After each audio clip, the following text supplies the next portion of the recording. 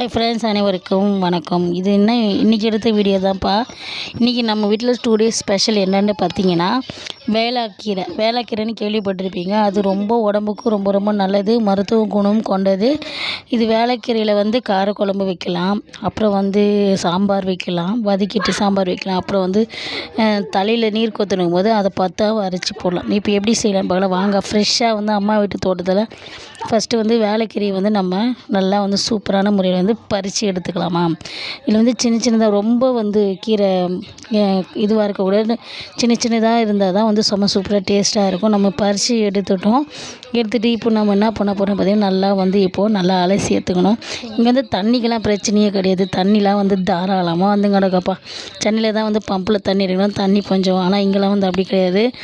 குழா திறந்து விடவே தண்ணி தாராளமாக வரும். நல்லா சூப்பராக ஒரு அண்ணன் கூட தண்ணியில் போட்டு நல்லா நம்ம அதை தேய்ச்சி அலசி, ஏன்னா பூ எதுனா இருந்தால் கசப்பு தன்மையெல்லாம் போயிடும். அதனால் நான் இப்போ நல்லா அலசி எடுத்துகிட்டு இப்போ நம்ம என்ன பண்ண போகிறோம்னா, அதை சிறுவாக கட் பண்ணி வச்சுக்கணும். சரிங்களா, ஒன்றும் அதிகமாக கட் பண்ணி வச்சுக்கணும், ரொம்ப பொடிசாக கட் பண்ணாதீங்க. அது கூட கொஞ்சோண்டு பருப்பு, 2 வெங்காயம், அப்புறம் 2 தக்காளி போட்டு 10 பல் பூண்டு போட்டு நல்லா வேக வச்சு எடுத்துக்கலாம். வேக வச்சதுக்கப்புறம் நம்ம நல்லா மசிஞ்சிட்டு நம்ம ஒரு வெங்காயம் போட்டு தாளித்து எடுத்துகிட்டு, இதுக்கப்புறம் நல்லா நம்ம பருப்பு கடைஞ்சி ஊற்றிக்கிட்டு, ஒரு கொட்டை புளி ஊற்றிட்டு நல்லா கொதித்து வந்ததுக்கப்புறம் இப்போ நம்ம வேளாக்கீரையை கொஞ்சோண்டு எண்ணெய் ஊற்றி வதக்கிட்டு சேர்த்தா இன்னும் டேஸ்ட்டாக சூப்பராக இருக்கும். எப்பவுமே வதக்கிட்டு செஞ்சால் வேளாக்கீரை டேஸ்ட்டு வாசனையாக கமகமன்னு இருக்கும். அது கூட நம்ம சைடிஷ் என்னன்னு பார்த்திங்கன்னா, நம்ம முருங்கைக்காய் வீட்டில் நிறைய இருந்தது. அதை பொரியல் தான் பண்ண போகிறோம். செம்ம சூப்பராக இருக்கும், டேஸ்ட்டாகவும் இருக்கும். அப்புறம் நெக்ஸ்ட்டு என்ன பார்க்க போகிறீங்கன்னா, இப்போ நம்ம நல்லா சாம்பாரை நல்லா ரெடி பண்ணி வச்சுக்காச்சு. ரெடி பண்ணதுக்கப்புறம் நம்ம நல்லா சாம்பார் கொதிச்சதுக்கப்புறம் நல்லா கொதி வரட்டும்ப்பா.